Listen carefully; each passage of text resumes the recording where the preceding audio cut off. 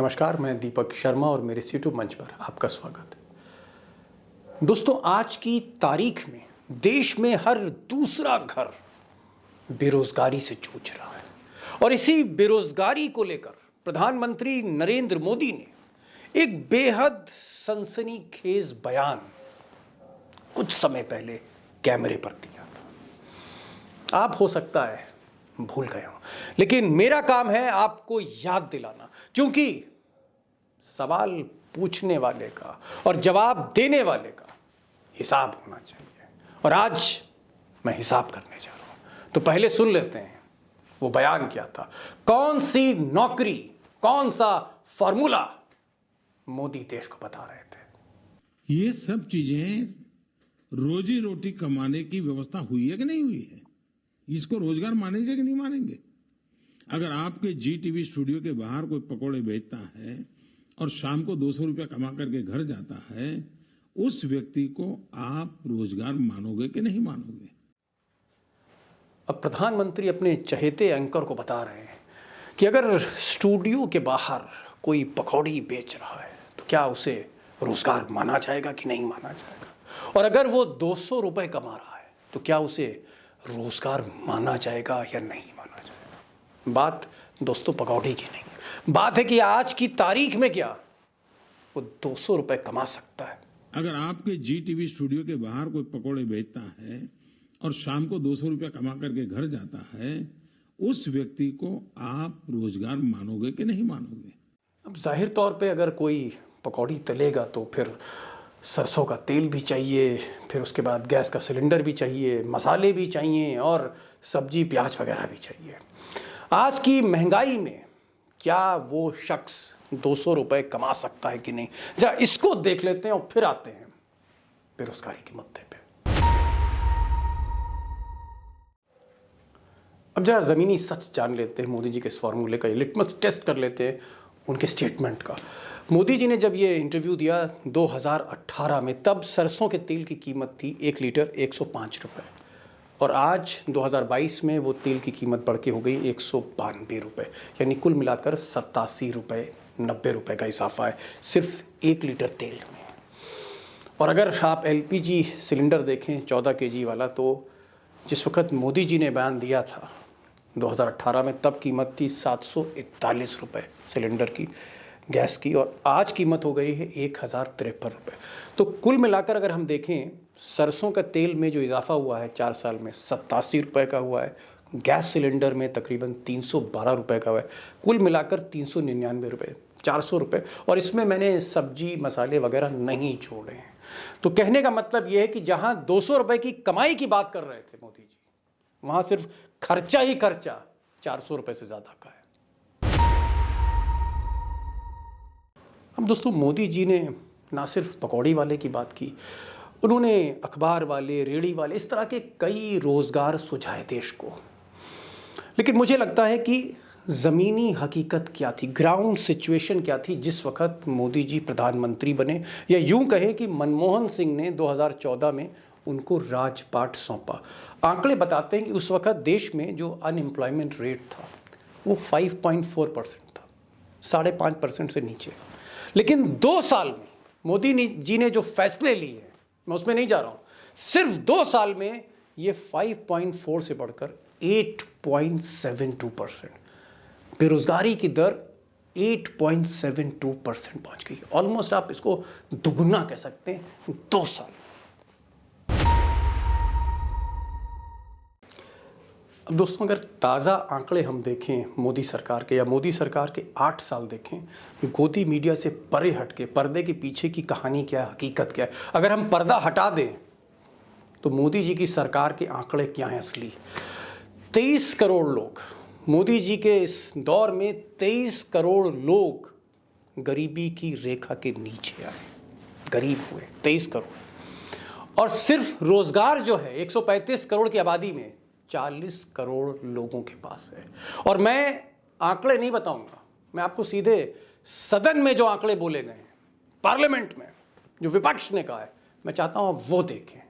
सभापति महोदय, किसी भी विकसित देश में जो मापदंड है वो ये है कि 2/3 लोगों को रोजगार मिलना चाहिए। आज की तारीख में लगभग भारत में 40 करोड़ लोगों के पास रोजगार है और अगर हम विकसित देशों की श्रेणी में शामिल होना चाहते हैं तो इसको 84 करोड़ पर लेके जाना जरूरी है। और मैं ये दुर्भाग्यपूर्ण ये बात कहना चाहता हूं कि सरकार के पास इसको 40 करोड़ से 84 करोड़ तक लेके जाने के लिए कोई रणनीति नहीं है। अब मोदी जी आजकल बड़े बड़े फंक्शंस में कभी 15,000 लोगों को रोजगार दे रहे हैं तो कहीं 75,000 लोगों को रोजगार दे रहे हैं, हजारों में बात कर रहे हैं। जबकि जो टारगेट है, जो देश के आगे टारगेट है, वो 44 करोड़ 44 करोड़ एडिशनल एम्प्लॉयमेंट चाहिए। 44 करोड़ एडिशनल जॉब्स आपको क्रिएट करने पड़ेंगे। अभी अगर जो आंकड़ा आप देखें, इस वक्त 40 करोड़ एम्प्लॉयड हैं, 84 करोड़ का टारगेट है, जॉब्स रिक्वायर्ड 44 करोड़, 44 करोड़ का फिगर, ये है फिगर। और मोदी जी बात कर रहे हैं हजारों में। अब दोस्तों, एक बात तो मोदी जी की शख्सियत के बारे में कहनी पड़ेगी, अगर वो कुछ ठान लेते हैं तो फिर करके रहते हैं। जैसे इन 8 वर्षों में उन्होंने अडानी को हिंदुस्तान का सबसे अमीर आदमी बना दिया, और यही नहीं, दुनिया का दूसरा सबसे बड़ा अमीर आदमी बनाया। और अगर आप देखें कि दौलत में अगर किसी के इजाफा हुआ है तो 2 ही लोगों के हुआ है, अंबानी के और अडानी के।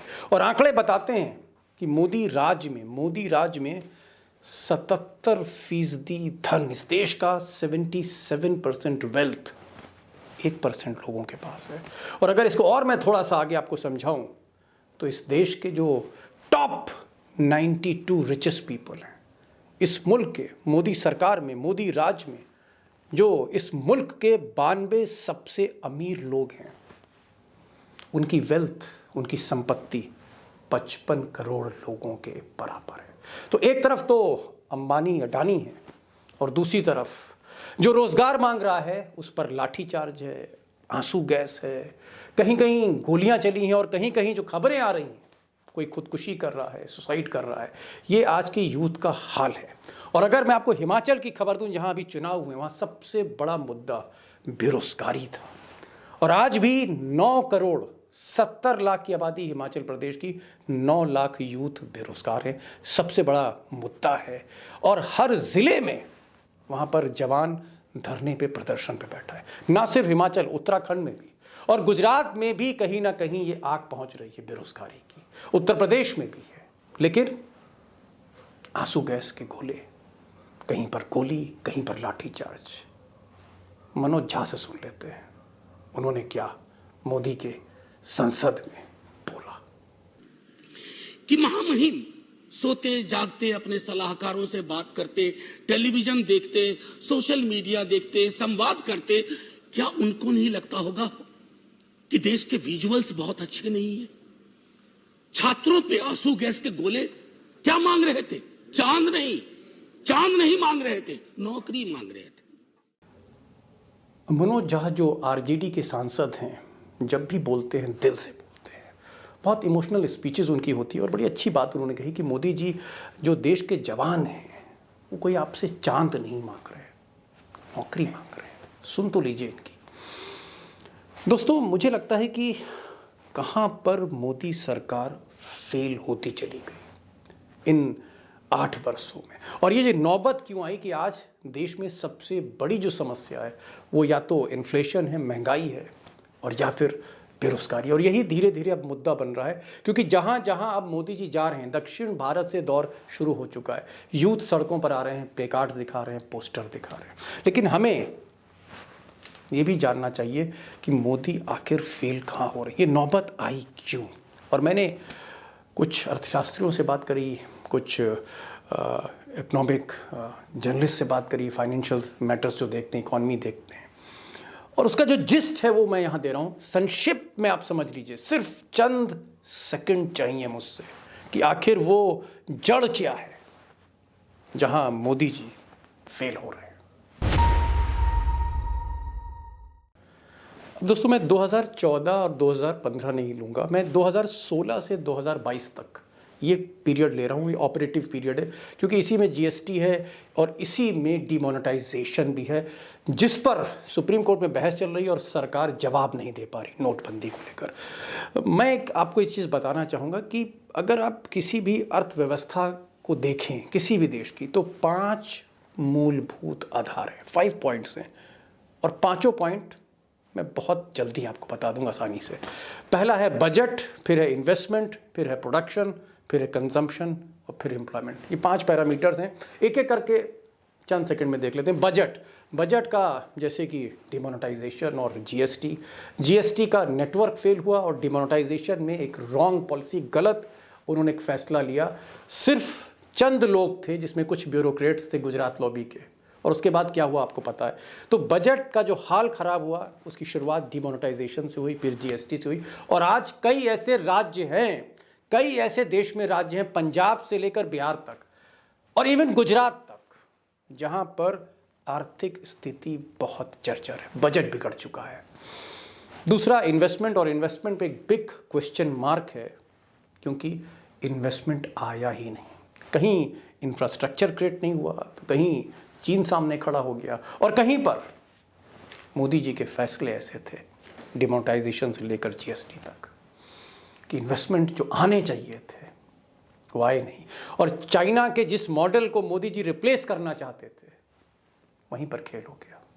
तो अगर निवेश होता, इन्वेस्टमेंट होता और बड़े स्तर पर होता, तो शायद ये जो बेरोजगारी की जो समस्या थी कुछ हद तक हल होती। लेकिन एम्प्लॉयमेंट जनरेशन जो है वो प्राइवेट सेक्टर में भी होता है और इंडस्ट्रीज से होता है, जो उसका बेस है। तो इंडस्ट्री का भी हम एक बार देख लेते हैं, प्रोडक्शन का क्या हाल है। प्रोडक्शन नीचे जा रहा है लगातार, इट्स गोइंग डाउन। और अगर हम इंडस्ट्रियल प्रोडक्शन देखें तो 2018 में जो इंडेक्स 130 था वो 118 आ गया है, 130 से 118 2021 में। तो इंडस्ट्रियल प्रोडक्शन भी नीचे जा रहा है, कारखाने या तो बंद हैं, चल रहे हैं तो बहुत स्लो पेस है, और इसकी वजह से जॉब क्रिएशन नहीं हो रही है। और जहाँ तक कंजम्पशन की बात है, खपत की बात है, तो उसकी जो स्थिति है वो महंगाई ने ख़राब कर रखी है। अब जो एम्प्लॉयमेंट है, जो 5वां पैरामीटर है, मुझे लगता है कि जब आप 4 पैरामीटर पर फेल हो रहे हैं, अच्छा परफॉर्म नहीं कर रहे हैं, बजट, इन्वेस्टमेंट, प्रोडक्शन, कंजम्पशन, तो फिर एम्प्लॉयमेंट जनरेशन कहाँ से होगा, वेल्थ कहाँ से आप क्रिएट करेंगे, जॉब कहाँ से आप क्रिएट करेंगे। अब दोस्तों, अगर बेरोज़गारी वाकई एक बड़ी समस्या है, तो मुझे लगता है कि जो हिमाचल प्रदेश का जो चुनाव है, पहली बार देश में वो एक नई इबारत लिखने जा रहा है। क्योंकि for the first time Himachal के इस चुनाव में या देश में किसी चुनाव में जो सबसे डोमिनेंट फैक्टर है या अंडर करंट जिसका था, वो बेरोज़गारी का था। वो जो 9 लाख से ज़्यादा हिमाचल प्रदेश में जो यूथ थे, यानी आप कह सकते हैं ऑलमोस्ट 12-13% जो वहाँ की पॉपुलेशन है, वो जिस तरह से सड़कों पर आए और जिस तरह से उन्होंने मुद्दा बनाया, मुझे लगता है कि 8 दिसंबर को हिमाचल प्रदेश का जो नतीजा आएगा वो ये बताएगा कि वाकई देश किस तरफ बढ़ रहा है, कि अपनी समस्याओं को देश ने अंडरलाइन करना शुरू कर दिया है। और अगर हिमाचल प्रदेश का फैसला बीजेपी के पक्ष में नहीं जाता है, तो समझ लीजिए कि मुद्दों की राजनीति इस देश में अब शुरू हो चुकी है। तो दोस्तों, ये था आज का वीडियो। कैसा लगा आपको ज़रूर अपने कमेंट बॉक्स में लिख के भेजिएगा, और मैं चाहता हूँ कि आप आइडियाज़ भी ज़रूर भेजिए। और जिन लोगों ने इस चैनल को सब्सक्राइब नहीं किया, प्लीज़ उसको सब्सक्राइब करिए, वीडियो को शेयर करिए ज़्यादा से ज़्यादा व्हाट्सएप पे, फेसबुक पे, और एक चीज़ और, बेल आइकॉन ज़रूर क्लिक करिए, क्योंकि नोटिफिकेशन आपको सबसे पहले मिलेगा। तो ये आज का वीडियो था, फिर मिलेंगे एक नई वीडियो के साथ, तब तक के लिए नमस्कार।